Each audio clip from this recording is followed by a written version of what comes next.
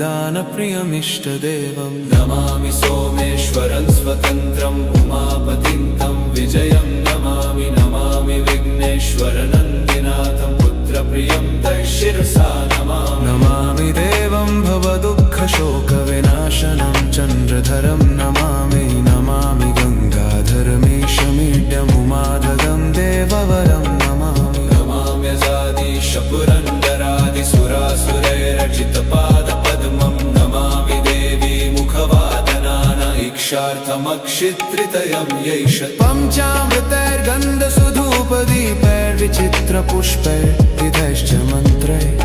अन्नप्रकारैः सकलोपचारैः सम्पूजितं सोममहं नमामि नमामि शम्भुं पुरुषं